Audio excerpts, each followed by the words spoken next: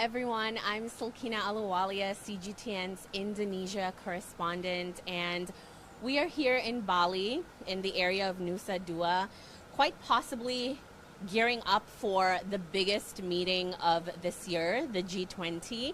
And as you can see, we are in an electric car parking lot right now, because the three main topics for the G20 this year is global health architecture, digital transformation, and one of the big ones is energy transition. And so under energy transition, what's important is the use of electric vehicles. And so to talk to us more about that, we're joined by Miss Ranitya. Thank you so much for being here. Thank you. Yeah, you are welcome. Okay, so let's first talk about, why do you think it was important in the first place for the G20 to push the use of these electric vehicles? There are so many of them right here in front of us.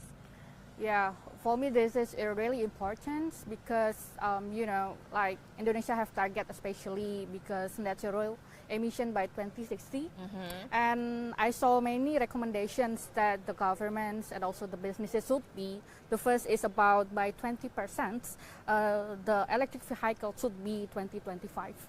So by 2025, at least all the ecosystem, especially for electricity, business, and of course electrical vehicle ecosystem should be have this kind of electrical vehicle, because this is really important to reduce the carbon emissions, and besides that also for the target Indonesia by 2060. Yeah, and before we even get deeper into that and we talk more about that, can you just explain to those that are watching what exactly is energy transition? So what are we moving out of and what are we moving into when we speak about sustainable energy, clean energy? Yeah, because like mostly us, we use the coal, right? Yeah. The coal mining, and the impact of coal mining, mostly for the carbons, and then also the environment especially, and then the climate change, of course. So that's why we should transit or move forward for renewable energy. So when you ask about the transitions, means that move forward. Even it's really hard, but if we start soon, at least we can try to reduce the coal impacts in the future. Right, of course. And I guess the key word, as you said, is transition. It's not going to take, it's not overnight, and it's not going to be quick. Because we were just speaking about, I guess when we look at the price differences, it's ultimately the same, right, with fossil fuels, or what? It's higher. It's higher. Oh, okay. So which one is higher, electric car? Of course. Okay. So can you explain why that is? Yeah, because if we compare, because renewable energy with the another energy, so renewable energy use some of the natural resources, right? Right. And if we compare, we use electricity, and then the machine, and then also is really high, and then the productions also. And the things because it's not massive yet in Indonesia. It's still new. Yeah, of course. And then because it's still new, and then the demand. When we talk about business, it's demand. Because in our country, in Indonesia, not most of people use electrical vehicles. So like this one for car, for me is really new. Because mostly when I saw some of the areas, like because I live in Jakarta, so mostly they just use motorbike vehicles, not for car vehicles. And then another one is about the big ecosystem, because mostly the businesses and then also the manufacturers, they still use the fuels, and then they also use some of the energy. So this is the point why it's kind of high. Because if you talk about business, it should be high demands. If they have high demands, the production will be make the lowest cost. So it's talk about the demand and then the importance how people. So I guess ultimately it's really about caring for the environment, and I guess at this point a lot of the G20 leaders have also agreed that at this point it is becoming urgent to take care of the environment. And I guess from our experience, we could even say it's extremely hot in Bali right now. I don't think I've experienced Bali this hot. So, Yeah. you know, it's like the extreme Yeah. weather is definitely real, and Yeah. people are experiencing Yeah. it in many parts of the world. Yeah. It's either extreme winter or extreme heat. Like today. Yeah, like I today. got rain, and now it's really Absolutely. sunny. So it's Absolutely. different area, different Yeah. weather. And so you also mentioned that Indonesia has a goal of reaching zero Net emissions zero. by 2060. 2060. Yeah. Which you would think it's a long way to go, but it's really not when you have a big vision like that. Yeah. So do you think that that vision is realistic? Do you think that it's possible to reach that goal with the direction that we're heading into right now? Yeah, for my opinion, it's a good start. Yeah. Yeah, because if we not start, we don't know. We'll always be in the same Yeah, place. yeah, Yeah. Because I also have experience before when I was in China. I went there twice. So the first I went to Shanghai, and then the second one I went to Hangzhou. Yeah. And Hangzhou make me really awesome because Yeah. why? All the people they use electric vehicles. Wow. So all the way, all the road is quiet. They've built an ecosystem successfully there. Right. Yeah. Like me, I'm just thinking, it's just 2019 I went there because the international conference. Yeah. For me, it's really awesome, and then I'm just thinking, when Indonesia like be like this? Yeah. And for me, it's good start because you know, like today we also have convention of parties or COP in Egypt, Yeah. and mostly they also talk about the Indonesians how to net zero by 2060.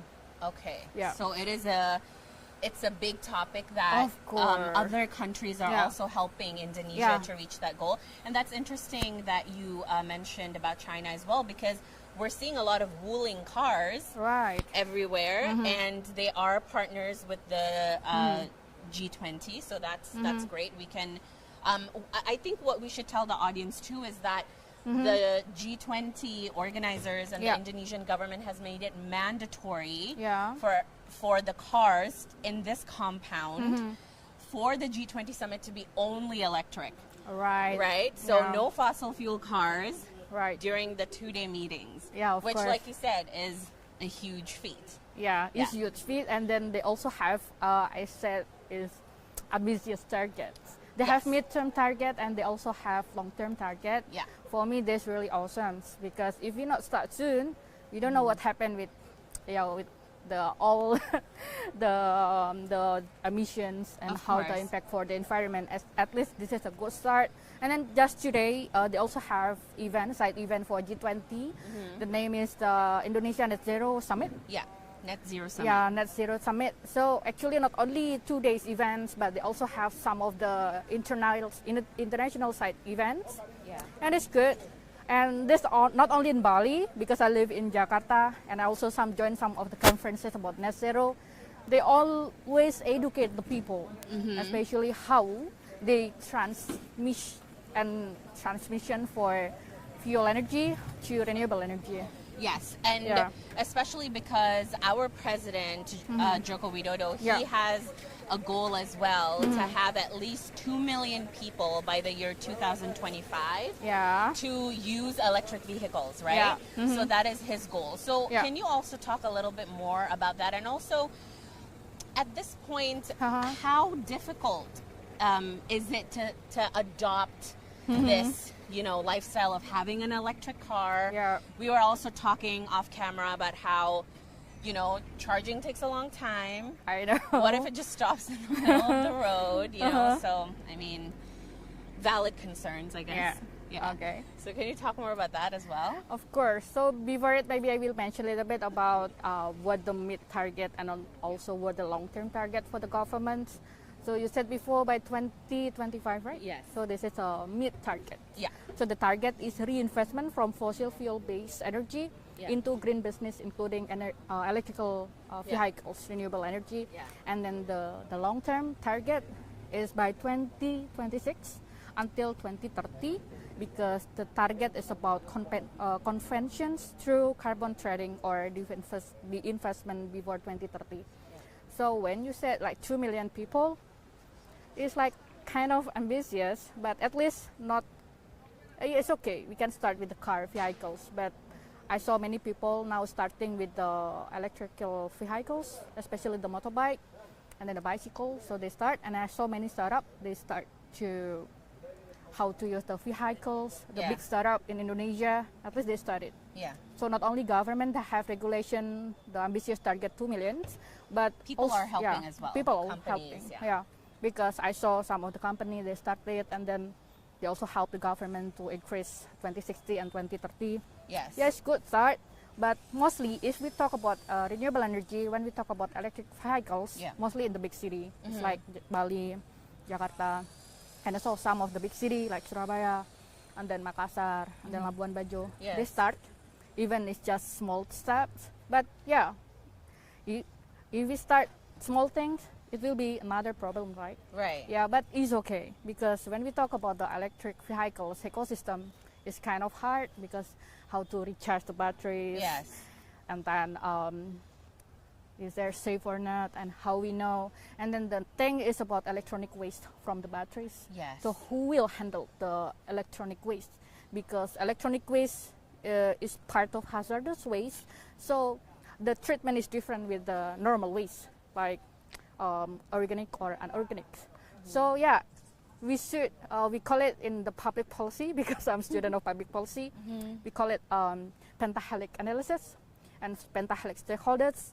So it's not only government, they have regulations, and how the company, how the local people, how the media, and how they support each other. So we call it pentahelic analysis, or collaboration between institutions. And I would also like to think that right now, I suppose that adopting, this sustainable energy lifestyle in terms of owning an electric vehicle is easier in a big city. Yeah. But once we know that Indonesia is made up of 17,000 17,000 islands. islands. There's just it's huge. Yeah. And there's many different areas. So I would think something like this would work in an urban area for now. Yeah. And so even introducing that in the smaller areas would take time. Of course, and maybe some of people I saw, and also I got some It's information. like a logistical issue as well. Yeah, and also my friend said that why this vehicle is so quiet. Of course, this electrical vehicles. Yeah, it's using like a machine like fuel or something. Yeah. You use the electric, so that's why it's quiet. Like when I was in Hangzhou, the street is really quiet. Peaceful. Yeah, it's not because the people, but the vehicles. Interesting. Yeah, so mostly some of them like it's not working. It's working, but it's depend of the sounds and and environmentally friendly. yeah, should be. Yeah, And the campaign is really important. The awareness. Yeah. Okay, that is. You can talk more about that as well, as in like raising public awareness, right? Okay, and I guess when we're also speaking about, because we've used the word ecosystem many times, and I guess creating an ecosystem, we know that it doesn't just involve one industry. It doesn't just involve, it's not just Indonesia doing this. Yeah. Obviously, a lot of developed nations are also helping countries like Indonesia, that's still like a developing country, succeed in this goal. Yeah. So can you also talk about that? Like, are there any investments that have come in from developed countries to help Indonesia and also other developing nations reach this goal? Yeah, of course. So they have some of the isolator factors. Yeah. So the isolator factors is from the startup. So startup who come to Indonesia, like you saw some of the startup like Grab. Yes. They have like electric vehicles for bike and also for cars. And then the investment is not only for Indonesians, but they also open for international countries who help Indonesia, of course. Of course. So it should be collaborations, because like our country is still learning. Yeah. But they have high ambitions. It's good, and should be help each other. Yeah. And like you said, when you were in China, it seems that the ecosystem has already been built and it's working. It's successful. We know that In Jakarta, it's so much easier to see electric course. buses around Many. because China's helping to manufacture them as well. Yeah. And so we hope to see things like that in Bali and, Of course. like you said, other cities as well, Yeah. right? Because ultimately, it's about collaboration. Yeah, I the guess that's like collaborations. really important. Yeah, the open for investment is really good. Yeah. They use the investment for the internationals. They also get investment for the nationals. Yeah. So should be work together between developing countries and with the huge country who already implement.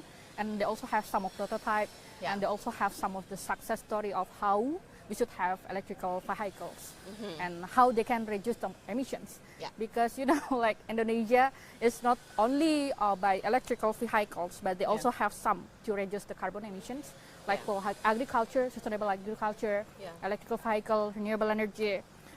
They also have some about carbon credits. Yeah, it's many, but it's good start because not only electrical vehicles, agriculture, sustainable, and then also I said about the carbon trading or something. Yeah, it's good. So at least I saw this area is really good because this is my first time I saw like electric stations charging. And these police cars are also electric. Of course, this is my first time also. Yes, me too. It's my first time seeing an electric police car. Yeah. And also, I guess when we speak about climate change, right? We know that energy transition is not just adopting a healthy, I guess, life in your in the area of your transportation. So, what are can you tell us what are some of the other ways that the G20 nations are helping to reduce carbon emissions and tackle climate change? Yeah, I said it before. If we talk about renewable energy, it's about clean energy and energy storage, especially this electric vehicles. And then the second one is about sustainable agriculture, because mostly the agricultures, they contribute for the carbon emissions. Okay. So how they use the organic things, not use the chemical fertilizers, and then how they can, and they have their own farming, because in Indonesia they also have, we call it kampung iklim. Yes. So our president also have 1,000 target the village. So kampung iklims in English means the village of the climate.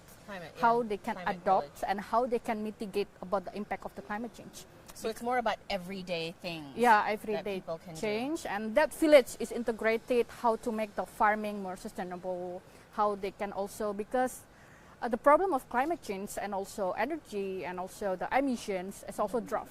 Yeah. So if we drought, so the agriculture cannot grow well. Yes. So that's also the problems, because I also diver. So I saw many impact sea level rises. And I saw many coral reefs is broken, and then the coral bleachings.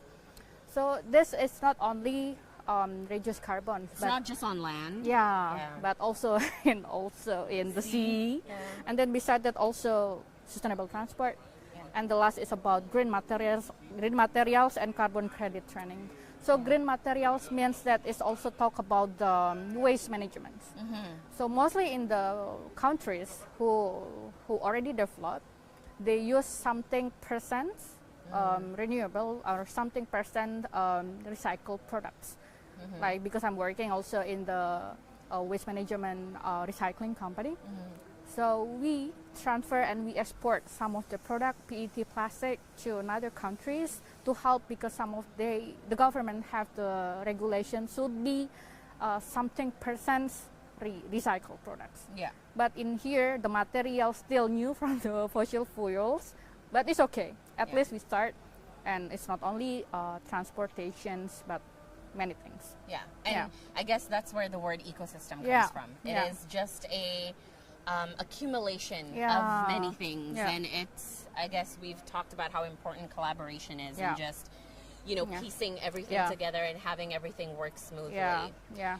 So thank you so much Yeah. for your time, Yeah. Miss Ranitya. Thank you for reminding us the importance of adopting Yeah. sustainable lifestyle and the Yeah. importance of thinking about energy transition and green Yeah. economy Yeah, of and course. green energy. Yeah. Thank you so much. And thank you all so much for watching. I'm Silkina Ahluwalia, and I will see you next time.